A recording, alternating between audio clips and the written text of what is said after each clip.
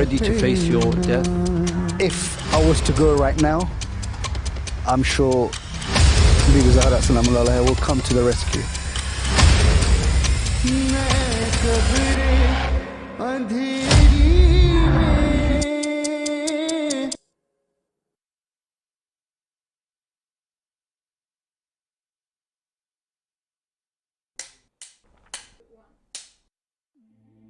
Our society is rampant with corruption. Immorality is spreading far and wide. We are battling with ideologies we've never heard of. You want to stop your children from wavering from the path? You want to fight back against deviation and impurity? You want to see light overtake the darkness. You want to witness our communities thriving. We are in need of a voice. To pioneer a spiritual revolution. To be the access for moral guidance and direction. Become an ambassador. Instigate change. Allow the values of our faith to prevail. Propagate the teachings of Muhammad and his holy progeny, peace be upon them. Do what you can to keep the message alive. This holy month of Ramadan, Don't miss your opportunity to make a pledge. to ensure the message reaches the next generation. Tune into Imam Hussein TV 3. Every Friday from 8:30 to 10:30 p.m. After iftar. Only on Imam Hussein TV.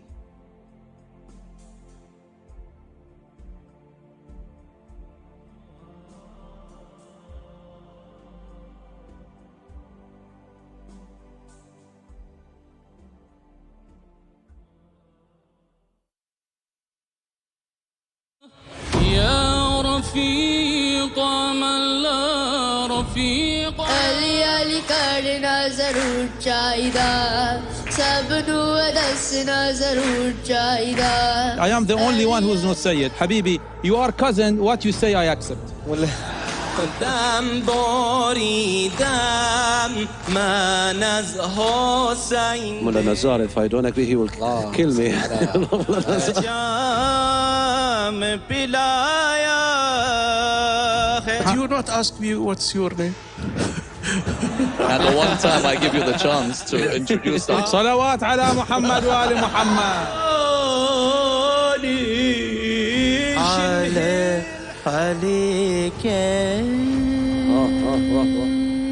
Mullah Nazar always says to someone who comes, and he says, you're a mullah, you're a mullah, you're a mullah. For me, you're ustad. It's an absolute honor to have been in your presence. Okay, I will give you the solution. You drop me to semi-final.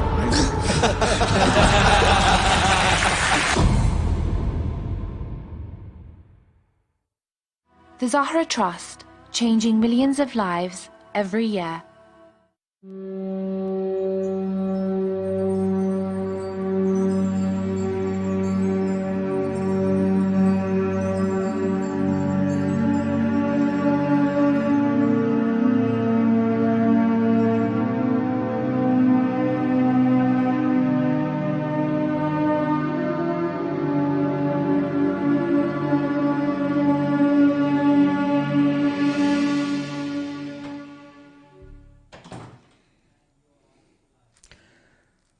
بسم الله الرحمن الرحيم. السلام عليكم ورحمة الله وبركاته. Parenthood is a lifelong commitment that comes with different challenges.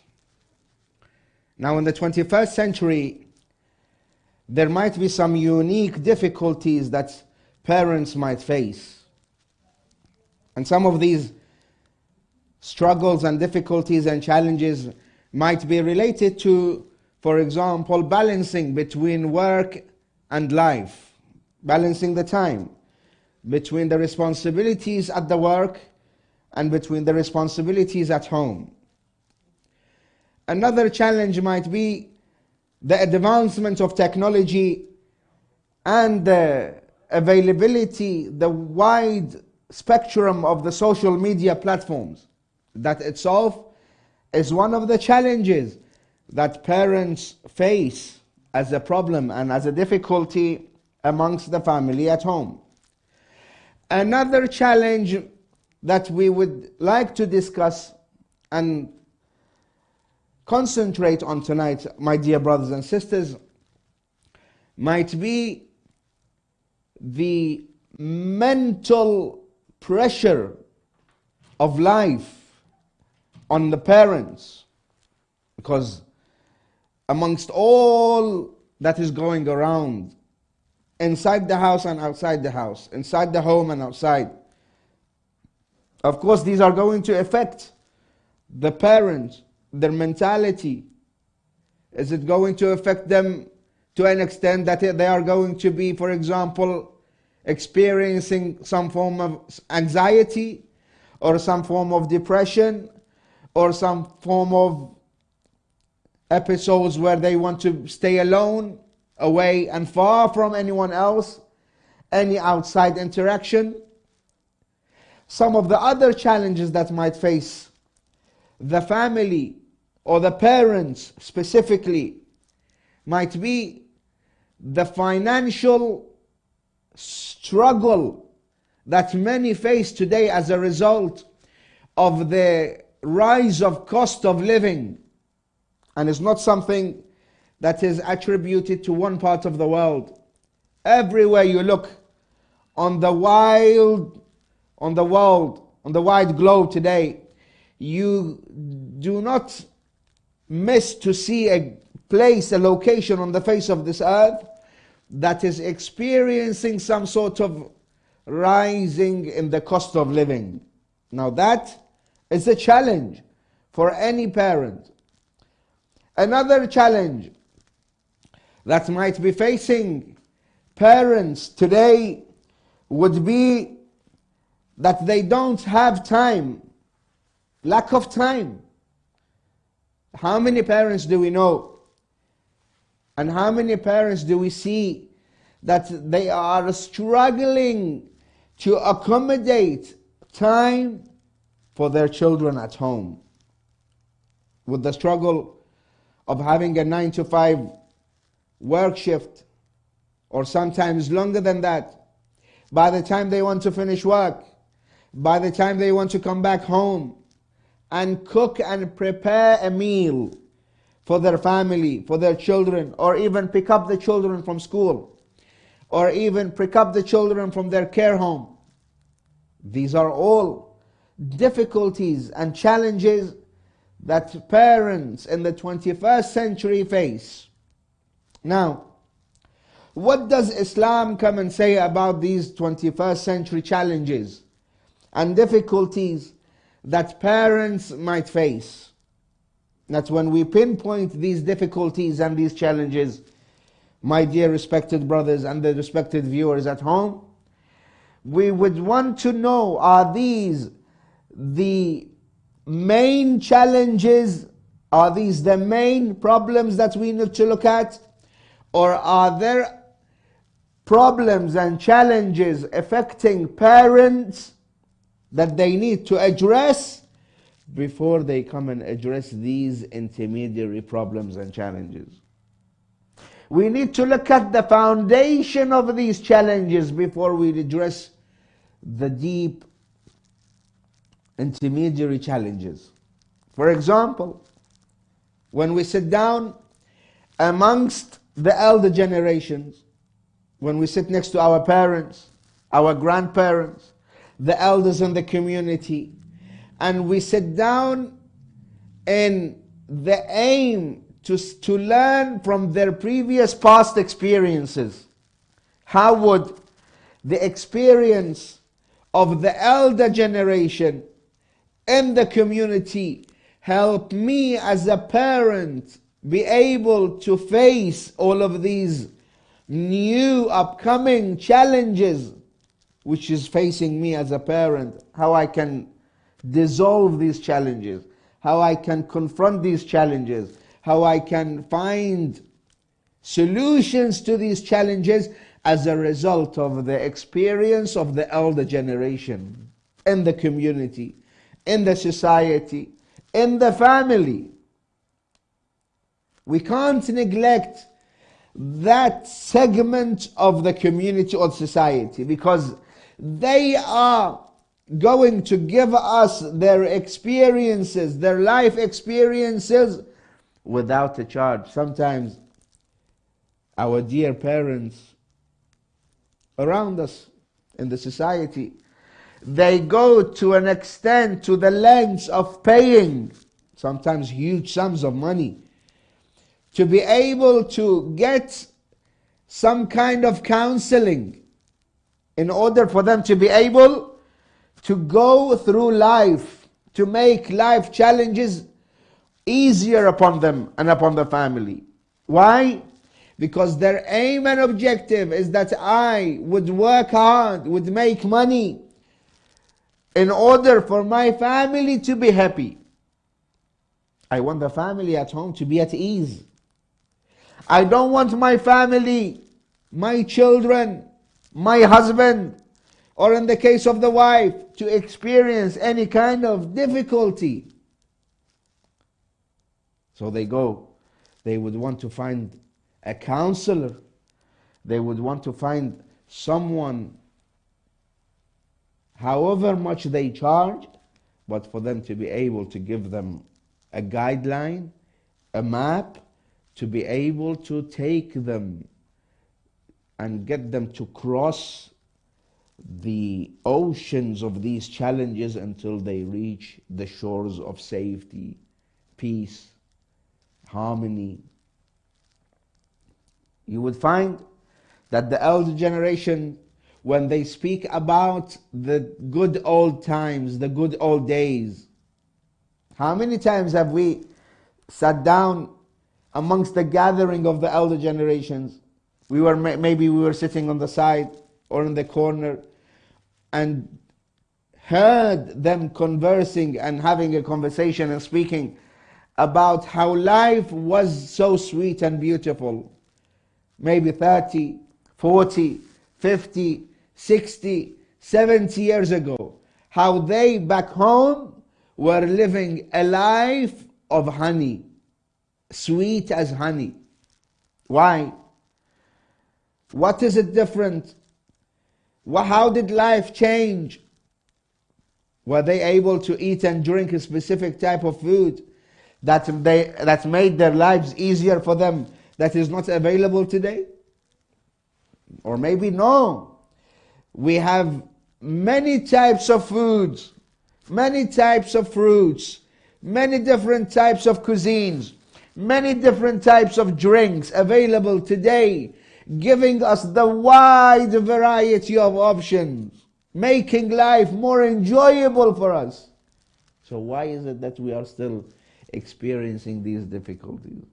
I would tell you, brothers and sisters, one of the aspects that the elder generations, the parents, the grandparents of today, used to live a better life, a more enjoyable life, a happier life, a sweeter life, a life outside the challenges. Or there might have been challenges, but those challenges were easily able to face these challenges.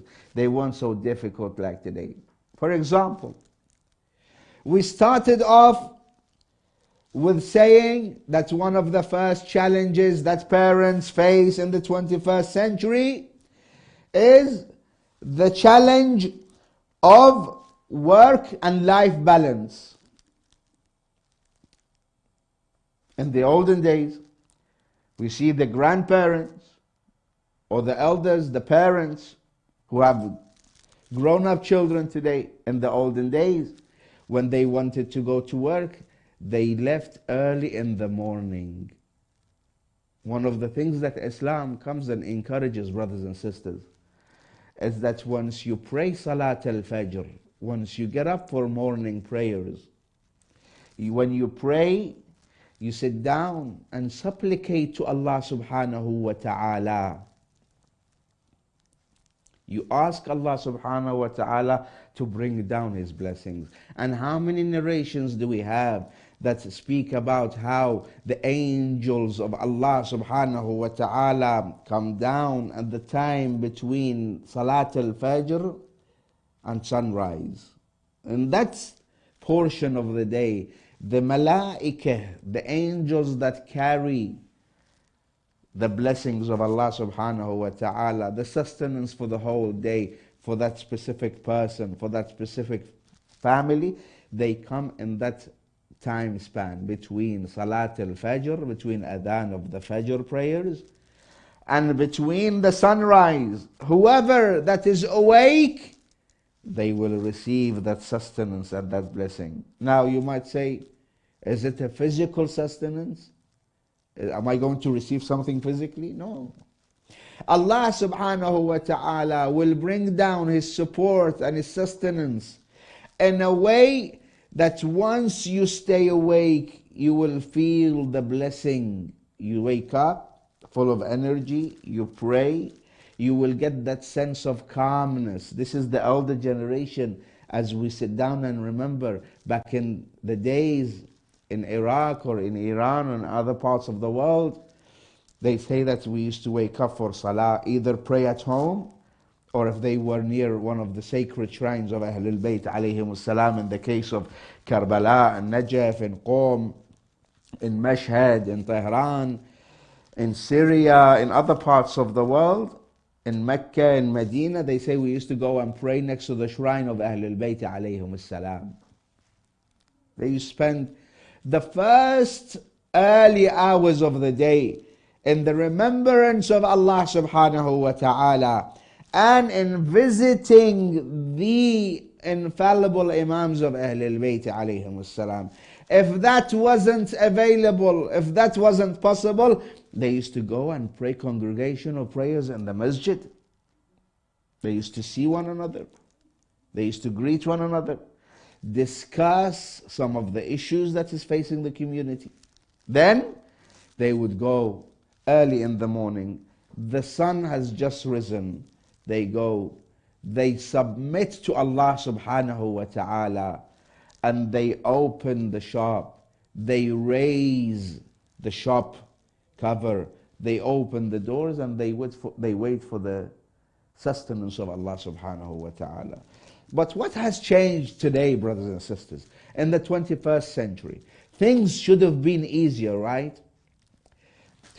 With the easily gainable things that it's around us, when we have easy access to everything around us, with the click of a button, when you press a button on your smartphone, or when you go into an app, for example, you would want to get some food or some shopping, or you order something online, in most scenarios you will have that shopping delivered after an hour or two. Sometimes later on that day. Sometimes next day delivery is guaranteed. But that wasn't the case in the olden days. In the previous generation, in the good olden days as they describe it, they had to work hard. Work and life was sometimes more difficult than the life that we are living in today, brothers and sisters. But still they used to live a life of happiness. They go in the morning, they work, after 4 or 5 hours in the afternoon, they close the shop, they bring down the shutter, they go back home, they sit down with the family in the afternoon and break bread together and have lunch together. Then after lunch they will sit down, relax for a couple of hours. Then they go back. Either they go back and open their shop, or they go out with the family. They go visit their family. They go visit their friends. They go out and enjoy themselves. But when you come to look to our life today, brothers and sisters, you see the father from 8 in the morning or 9 in the morning, they go out to work. They go to their jobs. They go to their shop. They go to their companies, they go to their departments, they go to their garages, they go wherever they go to their classes and to their colleges and universities, to their pharmacies, to their other responsibilities. But then you see them staying there from the morning until 5, 6, 7, sometimes 8 at night. So at the time that they come back home, they didn't have a proper break in the afternoon.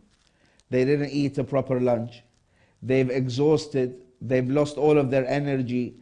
mentally they have been drained, emotionally they have been drained.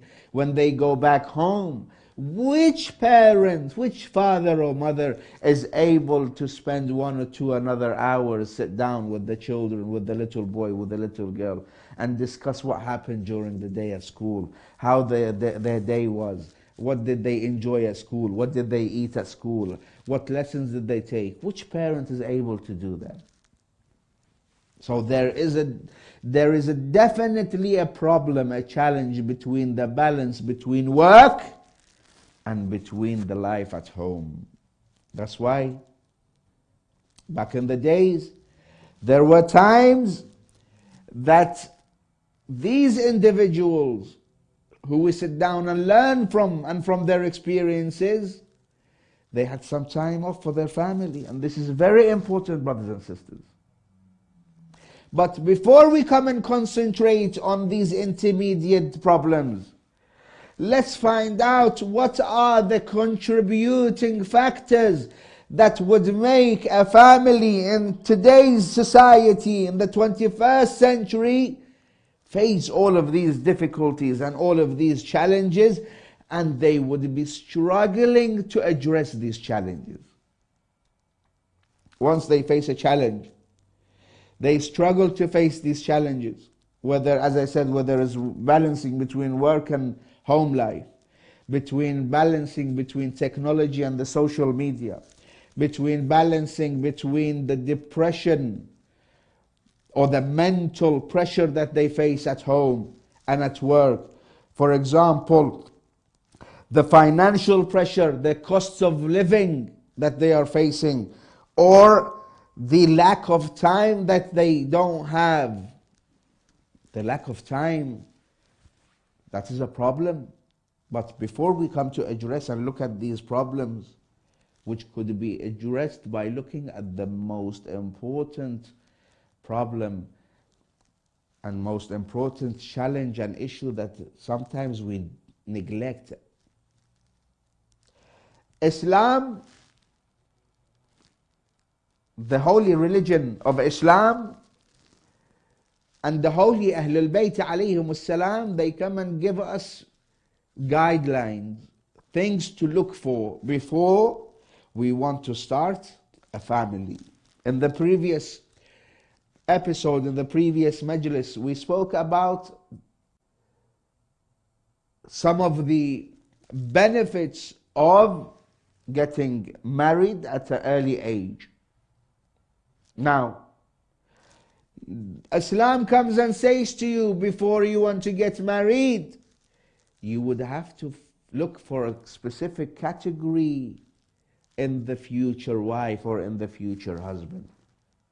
Now you might come and ask, what does choosing the perfect wife or the most appropriate wife, how is it going to help me address some of the challenges that I might face as a parent in the 21st century? It's all connected. These are all linked. If you, as a professional person who is experienced in dealing with some of the issues at work, you've received the training, you've taken all the educational certificates that you need, you have the experience of how to deal with specific problems, dealing with that problem would be easy because you are equipped. Your foundation is strong. The same thing goes if you want to start a family, and if you want to have a family that as soon as this family faces these challenges, you would have to find the most appropriate husband and the most appropriate wife for yourself. How? What does Islam come and say about choosing the most appropriate husband and wife?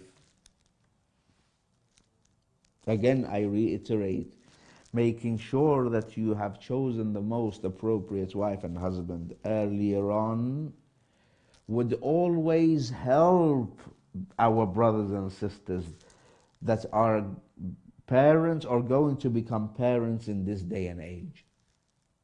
I will tell you how. First of all, let's look at the first point.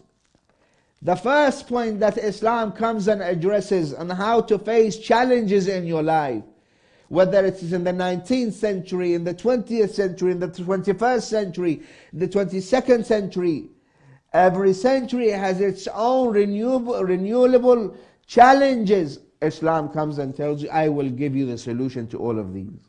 First of all, when you go to look for a wife or a husband, the first category that you need to look for in a wife and a husband is religiosity. At-tadayyun. How many narrations do we have from Rasulullah sallallahu alayhi wa alihi wa sallam and his holy progeny when they come to speak about who to go for if you wanted to get married? Why? Because that person that you are going to become their partner, their wife or their husband, later on after 5 or 6 years and you are a parent, their tadayyun, the fact that they are a religious individual is going to help you and help themselves in being able to find solutions that they are facing, these challenges that they are going to face in their life. Rasulullah sallallahu alayhi wa alihi wa sallam has many beautiful narrations that help us and help our youngsters and our youth to guide them towards choosing a husband or a wife for themselves. The first narration, Rasulullah sallallahu alayhi wa alihi wa sallam says there are 4 categories.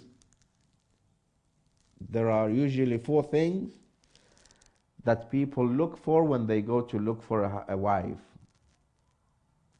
Rasulullah says, تُنْكَحُ الْمَرْأَةُ لِأَرْبَعٍ. There are 4 major things that people look for when they go to look for a wife. لِمَالِهَا. There are times I find someone who I see suitable for me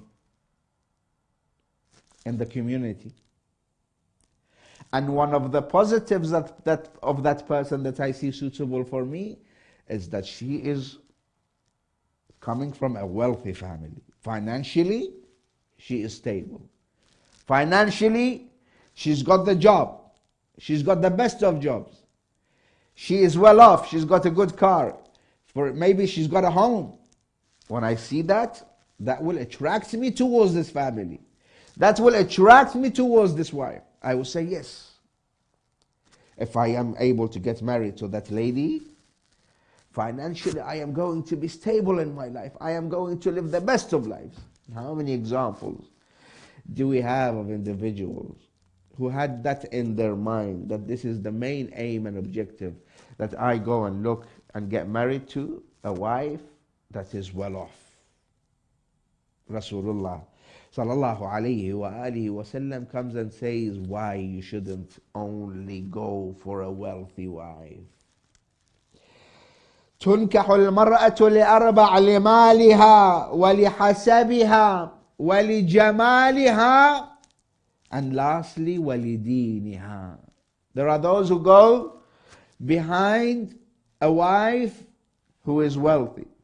There are the other group, the other category are those individuals who go and look for a wife because of her hasab and nasab, because they want to find a wife who is from a good family, who is from a good, well-known, well-established family. Her lineage is good, and her position, her level in society is high. Why? Because I want to get married to a wife that is well known in the community. I don't want to get married to someone who is not known. That is going to help me a lot in my future life. Rasulullah sallallahu alayhi wa alihi wa sallam says the third category of people. You see how far Rasulullah and Ahlul Bayt look for in their life? And once they want to advise you, they tell you, come and look. Don't look at the first 2 or 3 years of your life. Look for the following 20, 30 years of your life.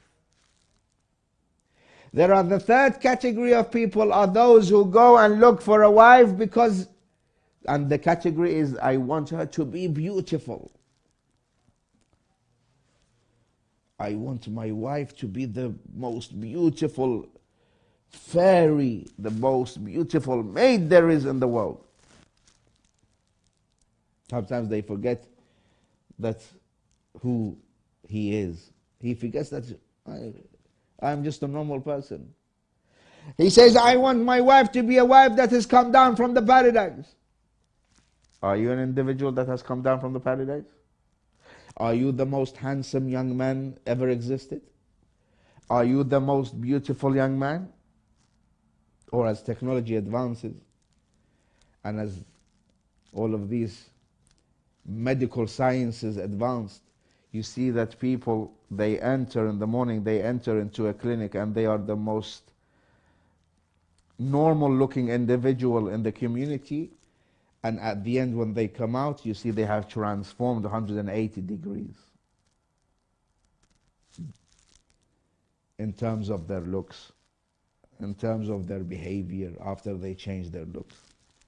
Rasulullah sallallahu alayhi wa alihi wa sallam says, if you want to be able to face the difficulties of life during the time of the parenthood, if you want to be able to face the difficulties and the challenges that are going to face you as a parent, make sure you choose wisely for who you want to have as a partner and to be able to live with with that partner. And that partner is going to be able to be the best partner, the best wife or the best husband, taking care of your children. Okay. The second, that you go and think about choosing a wife, Rasulullah sallallahu alayhi wa alihi wa sallam says, leave the first three. Do not aim to go and getting married to anyone with the wealth only. And I put only between two brackets.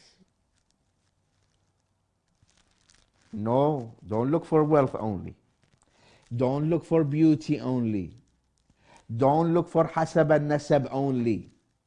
First, choose someone who has the deen, the religion, and then after that, look at the other categories.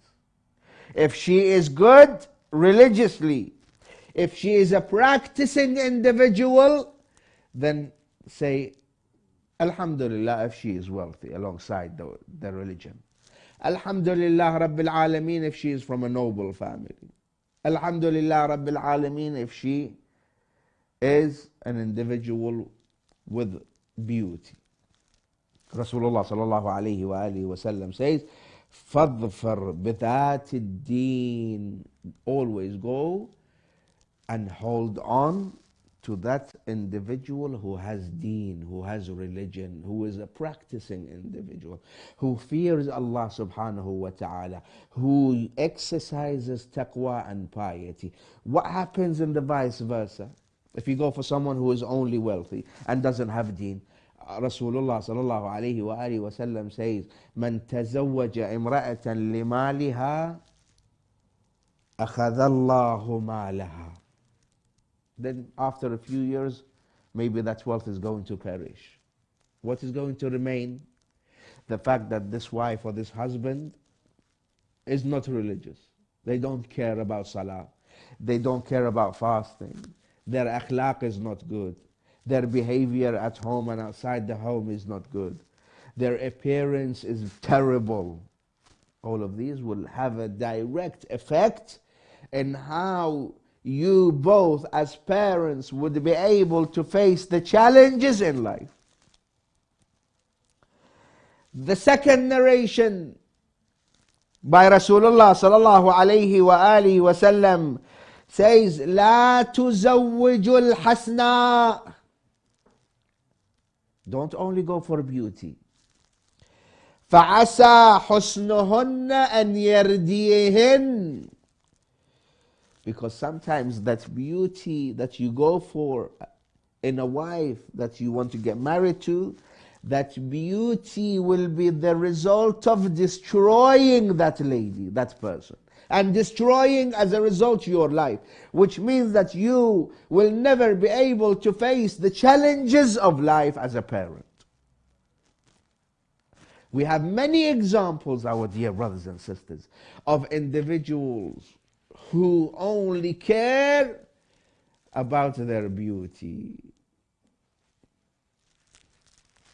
Whatever happens at home happens. However the children want to grow up, they will grow up.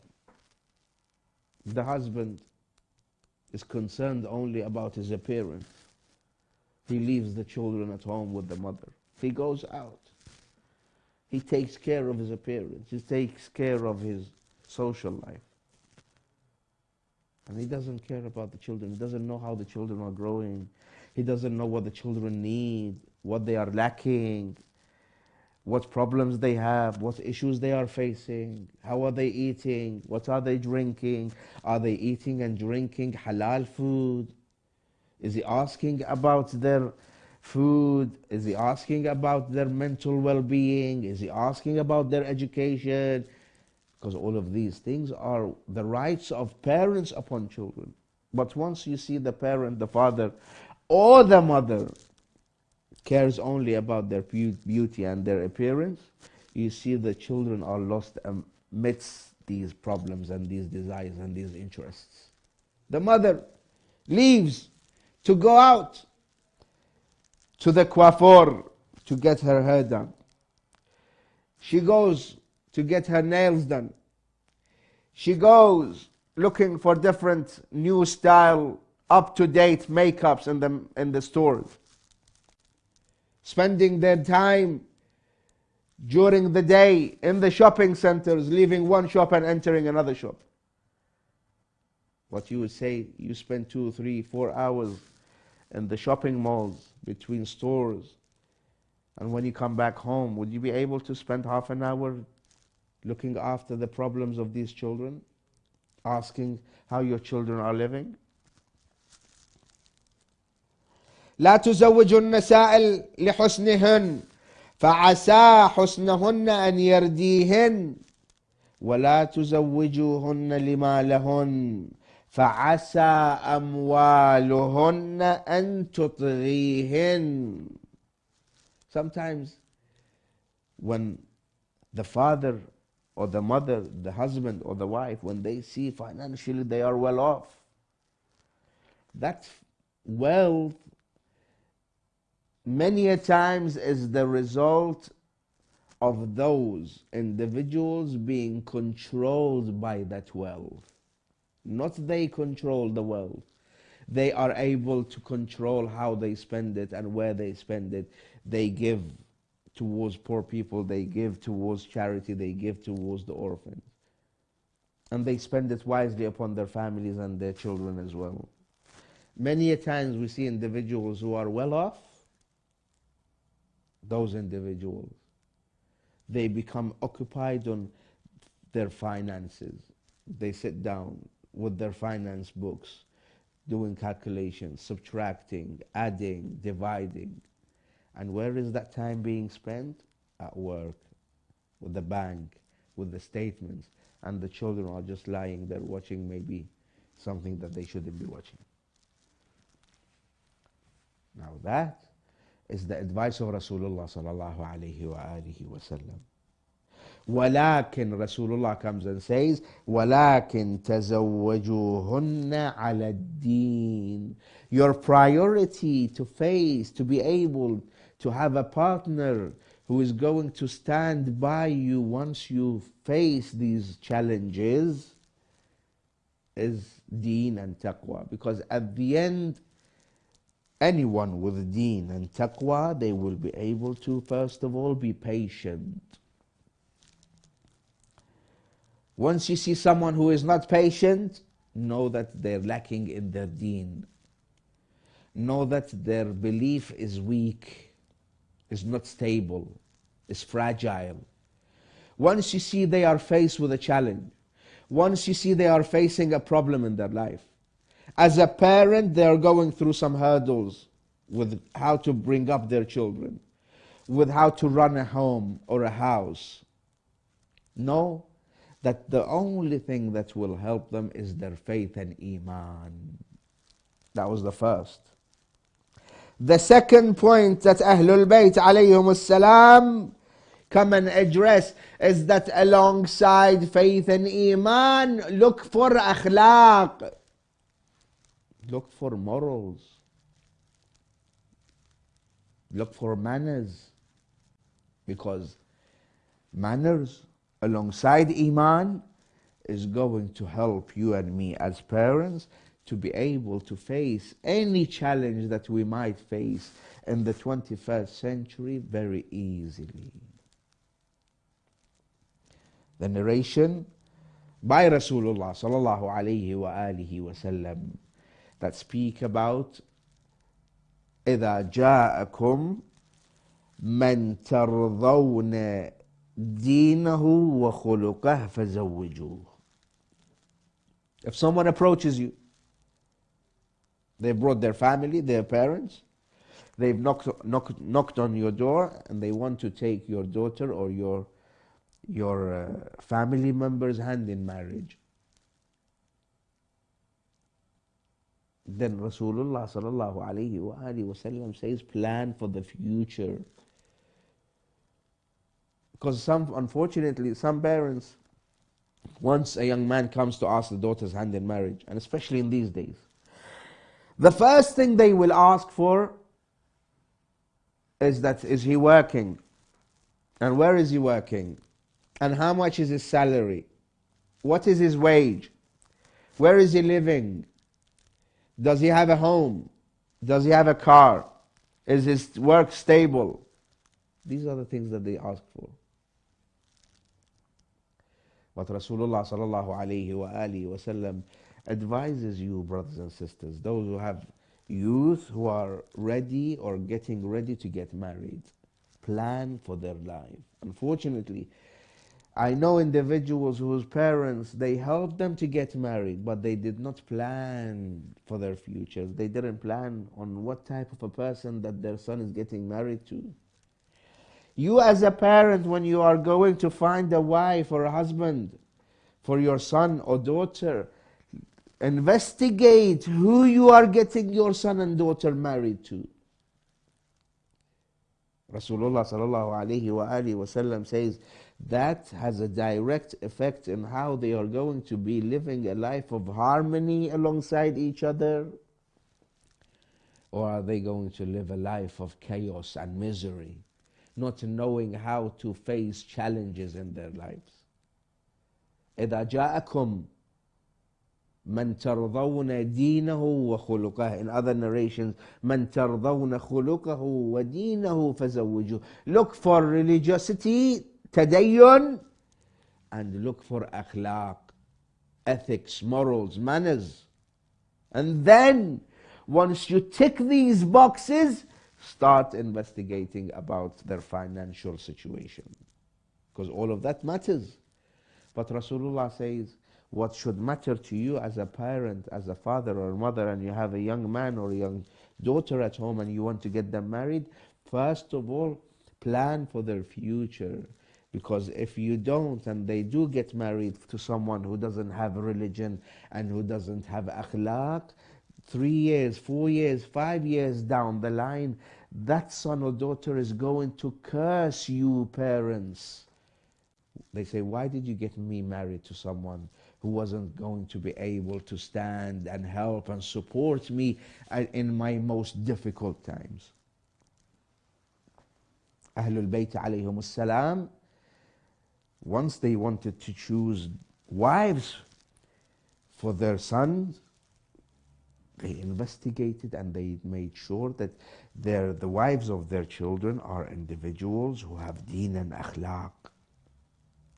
For example, Abi Abdullah al-Hussein, salamullahi alayhi wa salawatullahi alayhi, his wives who were present in Karbala, they gave their children for the sake of Islam, for the sake of Abi Abdullah al-Hussein. They were able to face the challenges of the life that life was throwing at them with total submission to Allah subhanahu wa ta'ala. One of them was the mother of Abdullah al-Radi', the 6-month-old infant. Isn't that a challenge? Isn't that a life difficulty being thrown at a parent? That they face the enemies, and the enemies have come and they are intending to annihilate that family. And they did. How did the mother of Abdullah al-Radi' face the news of her 6-month-old child being slaughtered? فَذَبَحَهُ مِنَ الْوَرِيدِ إِلَى الْوَرِيدِ. She faced it with complete iman and faith and submission. Of course, she wept. She became upset. She lamented upon losing that 6-month-old child. But Abi Abdullah al-Hussein, Salamullahi alayhi, he always advised them to calm down and to be patient and to submit to Allah subhanahu wa ta'ala. Abdullah al-Radi', carried by his father, after the enemies struck an arrow towards his neck, he came back not knowing where to go, stepping forward at times stepping backwards. He was saying to himself, how am I going to take this little child? His mother is waiting in the tents. She thinks that I have given him water. He is all quenched of thirst. How am I going to face the mother of Abdullah al-Radi'? This is how Ahlul Bayt alayhim as-salam faced the challenges that were facing them. So we need to take that lesson from the life of Ahlul Bayt alayhim as-salam, regardless of the situation that we're facing, whether it's work or life at home or financial or, for example, mental pressure or not making time. Ahlul Bayt alayhim as-salam give us the solution. The solution is have the akhlaq and the deen and the faith, and your faith should be strong to Allah subhanahu wa ta'ala. We ask Allah subhanahu wa ta'ala to resurrect us with Ahlul Bayt alayhim as-salam. I ask you to remember me in your du'as and supplications and prayers, as I will remember you as well. Wassalamu alaikum wa rahmatullahi wa barakatuh.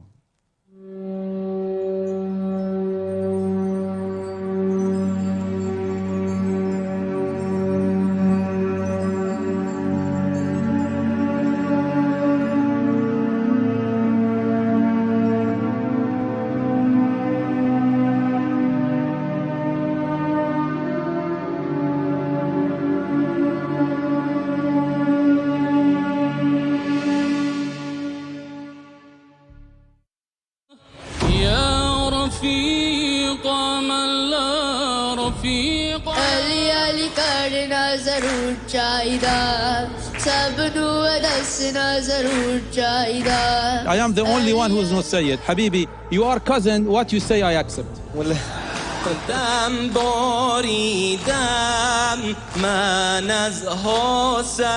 Nazar, if I don't agree, he will kill me.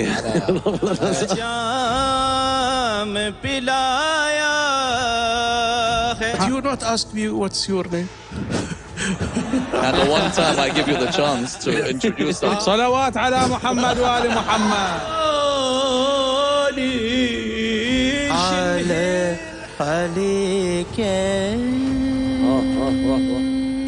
Allah Nazar always says to someone who comes and he says, you're a mullah, you're a mullah, you're a mullah. For me, you're ustad. It's an absolute honor to have been in your presence. Okay, I will give you the solution.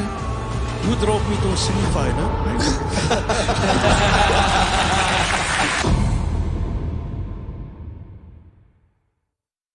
The Zahra Trust, changing millions of lives every year. Sayyid Tahir, Imam Hussein alayhi salam was not given that fame.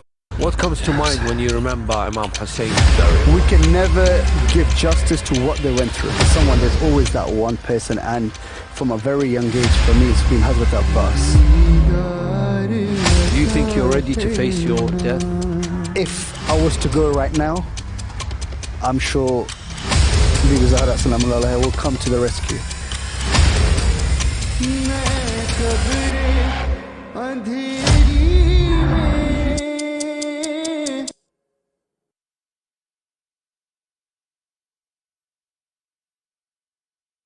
Imam Hussein Media Group is a virtual university that works on a global scale to spread the true message of the Prophet and the Ahlul Bayt's peace and blessings be upon them. Imam Hussein TV was established 10 years ago in the city of Isfahan, Iran. We work to cover all aspects of religion, Islamic jurisprudence, politics, philosophy, and many more, and aim to bring the public's attention to the righteous Islamic sect, Shia Islam. Our ultimate goal as a media group is to convey the interpretations of the Holy Quran, as well as the traditions and knowledge of the Holy Prophet and his progeny. May Allah's peace and blessings be upon them. Our objectives are to protect and safeguard the Shia youth from the destructive impact of immoral ideologies, standing up against injustice by documenting the oppression of Shia across the globe, as well as encouraging peace and unity amongst the Muslims. To reach our aims and serve the Muslim Ummah, we require a budget that would cover all the expenses for our productions, allowing us to work on different projects. Imam Hussein Media Group is a crowd-funded project. We have no sales nor do we charge for our services. We solely rely on monthly payments, financial contributions, donations, religious alms, and general. أعوذ بالله من الشيطان الرجيم. بسم الله الرحمن الرحيم.